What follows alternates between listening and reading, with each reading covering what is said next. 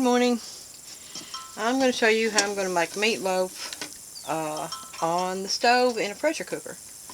Now this is a can of Italian tomatoes, Italian seasoned tomatoes that I chopped them up somewhat, kind of rough chop, but now I'm going to press them and try to get all the juice out of them that I can before I mix that into the meat. And I'll use the juice later. I'm keeping it, and I'll show you later what I'm doing with it. But I'm just going to press them, get them smushed up real good so that they're nice and pasty, and you can see there's lots of juice in there. I've got gloves on because when I mix that meat, that way I can just pull the gloves off and throw them away. I don't have to worry about scrubbing my hands, getting all that grease off. Okay, I've got about 1.5 pounds of ground beef in here.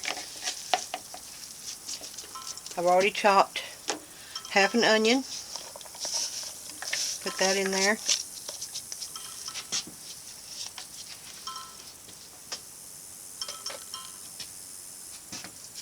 I've got half a cup of oats to put in it. Those are old-fashioned oats, the whole ones. I'm going to put, to start off with, I'm going to put about half of these tomatoes in here. And if I need more, I can add them, and if not, I'll just use them in the next project, which will be a topping for the meatloaf. I've got one egg to put in here.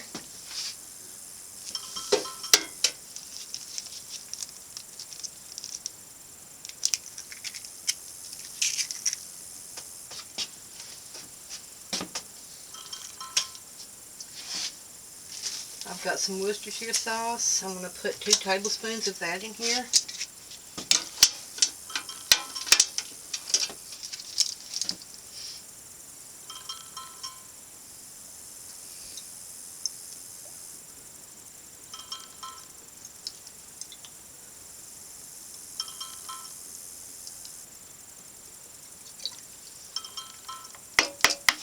Okay. I've got my favorite brand of seasoned salt. I don't know if you can see that. Get a light on. Still don't know if you can see it. Anyway, Lowry's brand. This is the only kind we like. I've tried other brands and we just don't like it. Just going to sprinkle some because the tomatoes are seasoned. And I'll put some black pepper in here.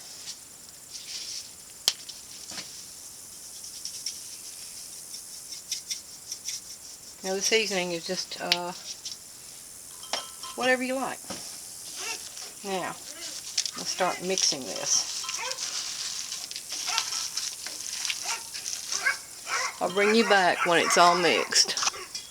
Okay, I've got it mixed up nicely. You can see it's holding together. I'm not going to leave the other tomatoes. It's holding together very nicely into a ball. I'm not going to make balls, but anyway. Let me get this pan over here.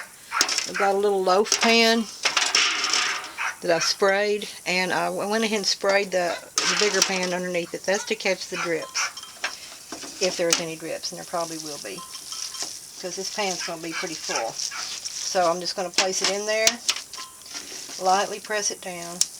I don't want to pack it too tightly because I want it to cook evenly.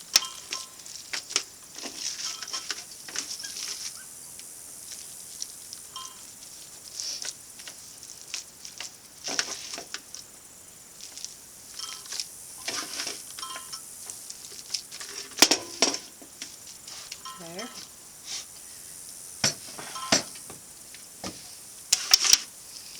Okay, just try to get it in here as evenly as possible so there are not any really thick spots. I'm not pushing down real hard, I'm just trying to shape it up a little bit.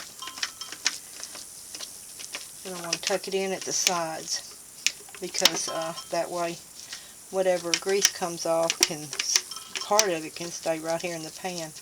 We're not afraid of a little grease in our food.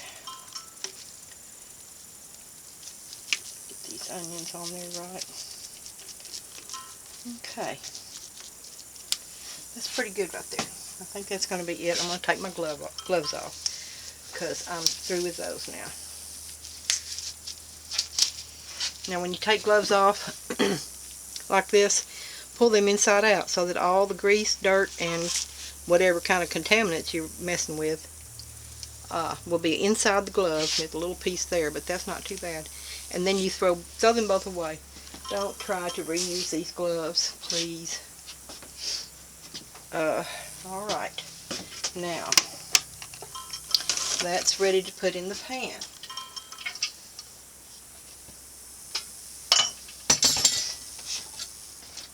This is my little pressure cooker. It's actually an old pressure canner. Let me back off of that a little bit. Alright. But it's got a little bit of a rounded bottom on it. It warped at some point. So I don't use it for canning anymore because I don't know if it's actually holding pressure very well. Anyway, inside here, whoops. Inside here I've got some canning rings. I don't know if you can see those. Get this burner back on here. It's always something. Okay. And I've got the rack that goes with it. Sorry about that. There. I'm just going to put that inside on top of these rings because I want the meatloaf lifted up more than what that rack will do. And I'm going to put 2 quarts of water in there because that's all I'm going to need. Since I'm not canning, I don't need a full amount, but I'm going to put a couple of quarts of water in there because I don't want it to go dry. 1 quart of water put it up a little bit past the rack, so I'm going to go ahead and put in a little more water. And that should be enough for the whole process. Now, I'm going to put this whole pan, both these pans, in there together. When I take them out, I'll have to take just the meatloaf out. Put the top on it.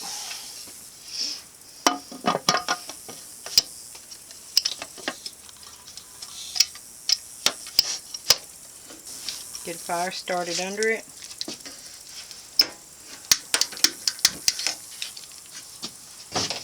And putting a 10-pound weight on it.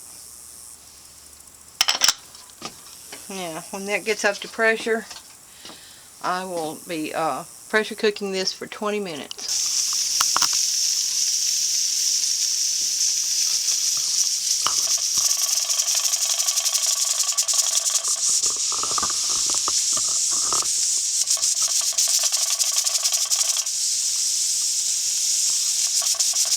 Okay, you remember the tomato juice I drained and the bits of tomato that were left in the strainer? Okay, this is what I'm doing. I'm making my sauce. It's actually just a store-bought gravy mix, brown gravy mix, with the juice from the tomatoes and